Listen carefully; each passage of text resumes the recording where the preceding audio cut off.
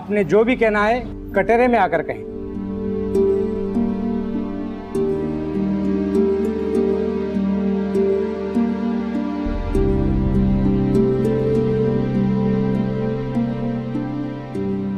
आज आप जो भी फैसला दें, उससे पहले मैं आपको ये बताना चाहती हूँ कि अगर आज आपने अख्तर जैसे दरिंदे को यहाँ से बाइज्जत तौर पे बरी कर दिया, तो मेरे जैसी कोई भी सीमल वापस कमरा अदालत में आकर अपने हक के लिए खड़े होने की हिम्मत नहीं करेगी।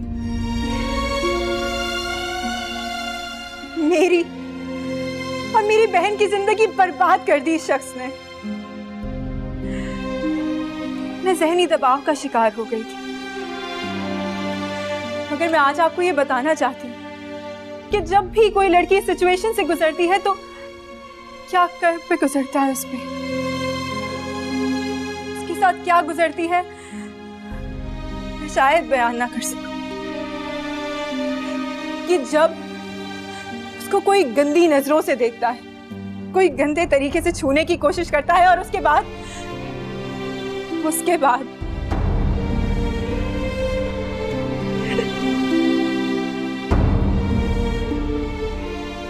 और जब वो लड़की अपने हक के लिए कमरा अदालत का दरवाजा खटखटाने की कोशिश करती है, तो उसको बताया जाता है कि उसके बारे में क्या कुछ नहीं कहा जाएगा। उसको डराया जाता है, उसे ये कहा जाता है कि अखबारात में उसके बारे में सब कुछ उल्टा सीधा लिखा जाएगा। और इसी डर से हजारों लड़कियां इस कमरा अदालत में आने से डर जाती हैं, अपना मुंह बंद कर लेती हैं इस जैसे शैतान के खिलाफ। आखिर क्यों? आखिर कब तक जज साहब?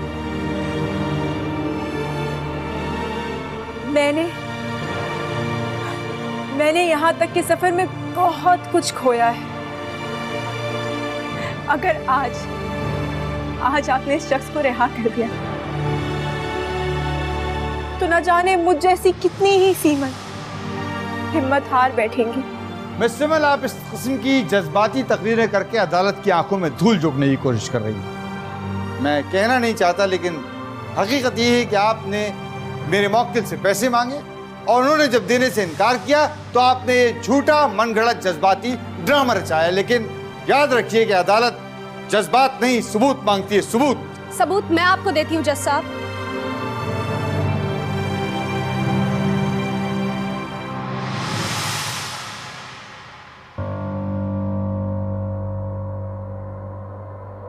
आपने जो कहना है कटहरे में आकर कहें।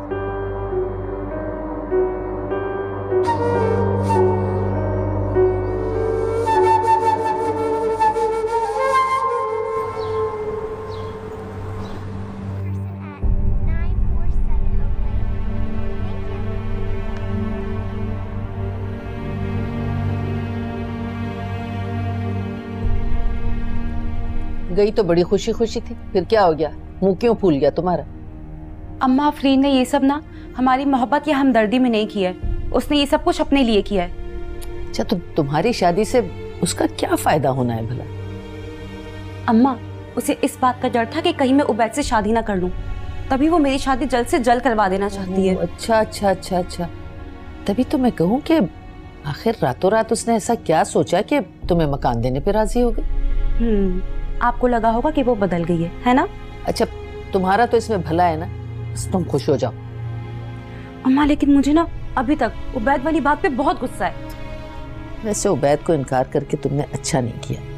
उबैद से शादी हो जाती तो ये तो जल भुन के कबाब हो जाती। अम्मा क्या हो गया? मैं कितनी बार बताऊं कि मैं किसी की बीवी हूँ। अच्छा भाई, अब दोबारा ये कहानियां सुनाना शुरू मत करो। तुम खुश हो तो मैं भी खुश हूँ।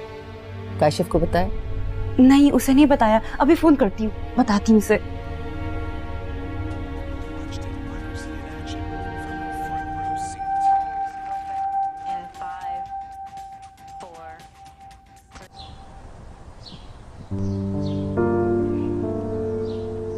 फोन उठाओ काशिफ, जल्दी। हेलो फाइजा, कहाँ है ना? बार बार कॉल मत करो, बिजी हूँ। अरे भाभी मकान के लिए मान गई हैं। क्या तुम सच कह रही हो? हाँ, बस अब सब कुछ अच्छा हो जाएगा। अच्छा एक काम करता हूँ, मैं घर आता हूँ, फिर बैठकर बात करते हैं। बल्कि अब तो तैयारी करते हैं। हाँ ठीक है, तुम आ जाओ, फिर हम बैठकर बात करते हैं। मेरा नाम नौशीन है और मैं सीमल की जगह अख्तर के ऑफिस में इंटरव्यू देने के लिए गई थी, ये जानते हुए भी कि मैं ना तजर्बेकार और कम पढ़ी लिखी हूँ। उसने बगैर कोई सवाल किए मुझे जॉब ऑफर कर दी ताकि उनकी मजबूरी से फायदा उठा सके। और फिर वही हुआ जो सीमल के साथ हुआ। वो तो शुक्र है कि मुझे शुरू में ही अंदाजा हो गया था और इसके खिलाफ सबूत इकट्ठे करना शुरू कर दिए।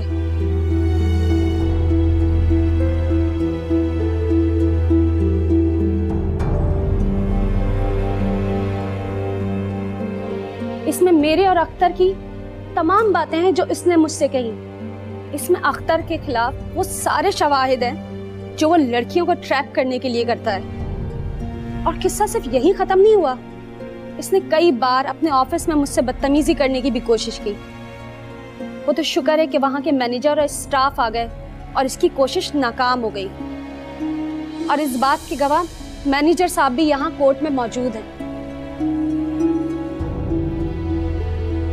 आज मेरी कुल कायनात, मेरा बाप मुझे हमेशा के लिए इस दुनिया से छोड़कर चला गया। उसके बावजूद मैं यहाँ पर आई हूँ ताकि इस दरिंदा सिफत इंसान को सख्त से सख्त सजा मिल सके। अगर आज मैं सीमल का साथ ना देती तो शायद फिर कभी कोई भी सीमल इस जुल्म के खिलाफ आवाज ना उठाती और अख्तर जैसे शख्स की हिम्मत मजीद बढ़ जाती। सीमल, हम सब तुम्हारे साथ हैं।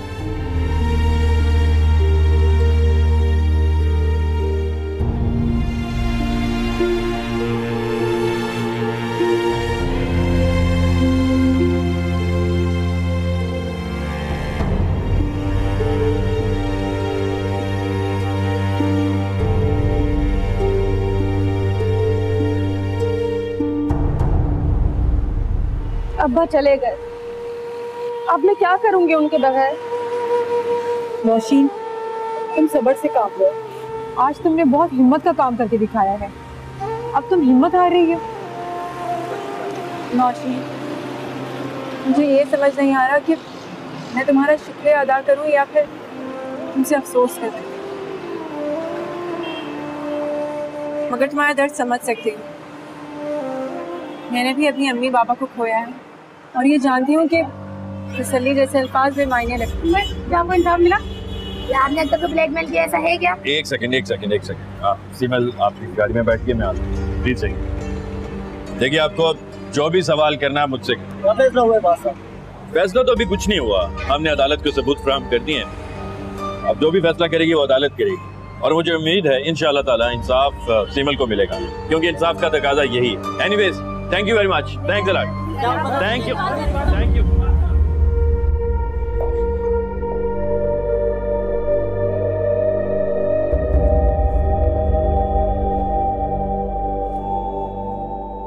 तुम तो कह रहे थे कि केस जीत जाएंगे। यार केस हम ही जीतते अगर वो आखिर में नौशीन ना आ जाती तो। अव्वल नंबर की झूठी औरत है वो, मैं जिंदा नहीं छोड़ूंगा उसे।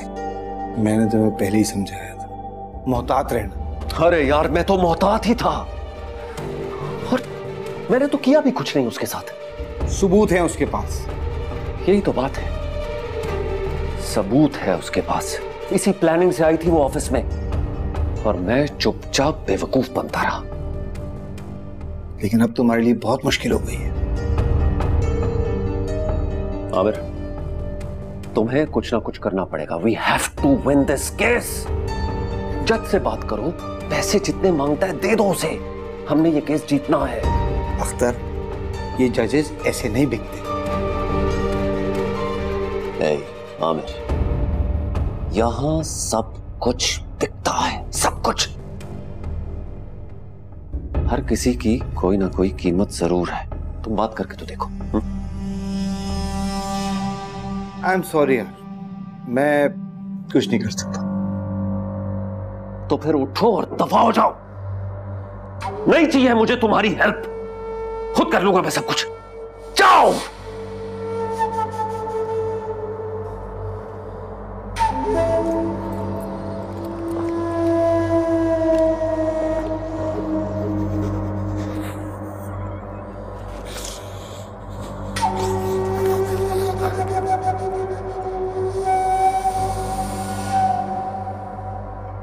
सीमल, बर्बाद करना क्या होता है अब बताऊंगा तुम्हें।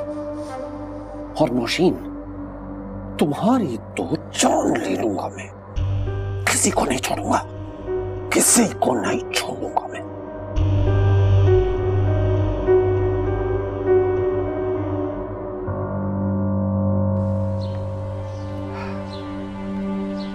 वैसे जहान, मैं सोच रहा हूं कि नौशीन बड़ी हिम्मत वाली लड़की है, वरना ऐसी सिचुएशन में अक्सर लड़कियां अपना होश खो गए। बड़ी बाहिम्मत लड़की है। हाँ, मैं भी काफी हैरान हूं।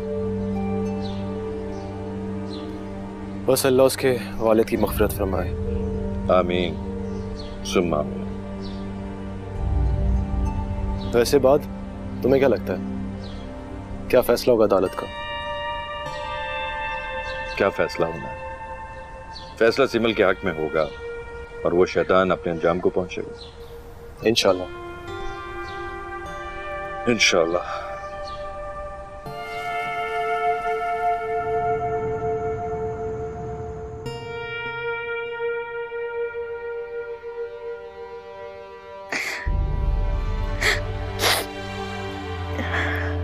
नौशीन, इस तरह अगर तुम रोगी तो तुम्हारे वालिद साहब को तकलीफ होगी। क्या उनकी मौजूदगी में वो तुम्हें इस तरह रोने देते? यही तो रोना है कि वो अब जिंदा नहीं है। मेरा कोई भी नहीं है जो मेरे आंसू देख के तड़प उठे। नहीं नौशीन, हम सब हैं ना तुम्हारे।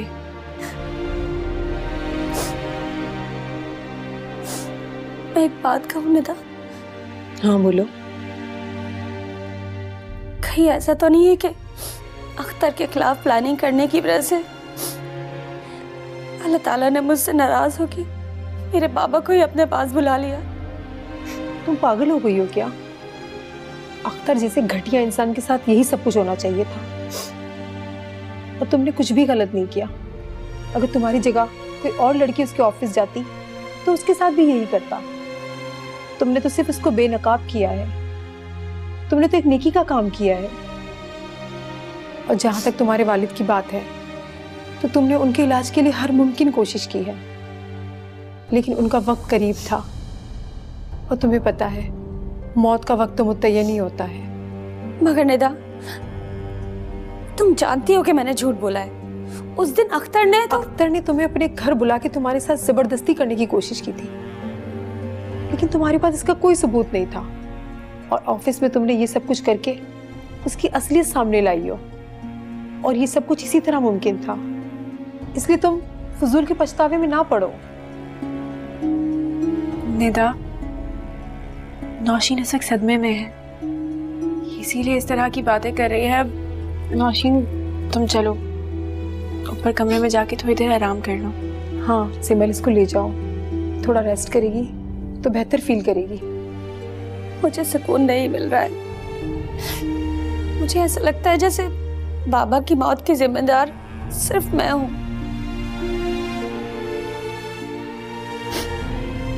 नौशीन, एक बात बताओ, तुम्हें क्या लगता है कि जो अख्तर ने तुम्हारे और मेरे साथ किया वो सब कुछ ठीक था?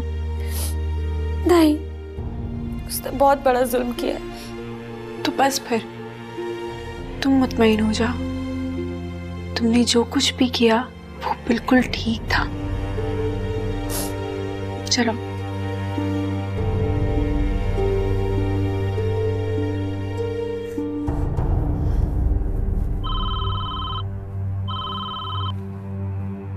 हेलो, कौन? आंटी, मैं उबैद। आफरीन सो रही है, बाद में फोन कीजिएगा। नहीं आंटी, मुझे फायजा से बात करनी थी। देखो लड़के, फायजा का निकाह हो चुका है, रुखसती होने वाली है। इस तरह बार बार फोन करना अच्छी बात नहीं है। किसका फोन है? मुझे नहीं मालूम था फायजा के निकाह के बारे में। मैं बहुत शर्मिंदा हूँ। अब तो मालूम हो गया ना, बराए मेहरबानी अब दोबारा उसे ना फोन करना। बस एक बार मेरी बात करा दें फायजा से। फिर वो आपसे बात नहीं करना चाहती। कौन है? Aunty please. फिर वही आफरीन का रिश्तेदार। मुझे फोन दे। हाँ बोलो, क्या मसला है? फायजा मुझे नहीं मालूम था आपके निकाह के बारे में। मैं बहुत शर्मिंदा हूँ। I am really very sorry. माफ किया मैंने आपको। और कुछ कहना है? थैंक्स। मेरी नीयत अच्छी थी, इसलिए इधर उधर की बातों के बजाय मैंने डायरेक्ट आपसे शादी की बात कर ली। मगर अब आप मेरी तरफ से बिल्कुल बेफिक्र हो जाएं। मेरे दिल में आपकी इज्जत हमेशा रहेगी। और कुछ कहना है आपको? मैं फोन बंद करूं? जी। अब क्या कह रहा था? माफी मांग रहा था, चिपकू कहीं का। खैर, मुझे उससे कौन सा दोबारा बात करनी है।